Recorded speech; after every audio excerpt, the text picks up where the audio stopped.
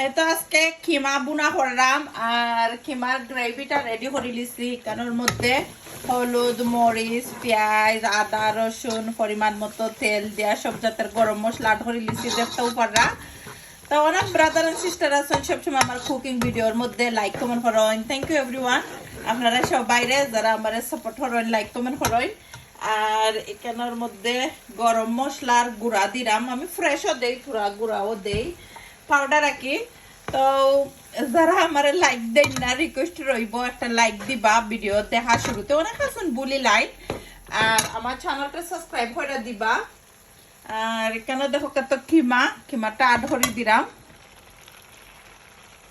আর এখন আমি আড করবো টমেটো।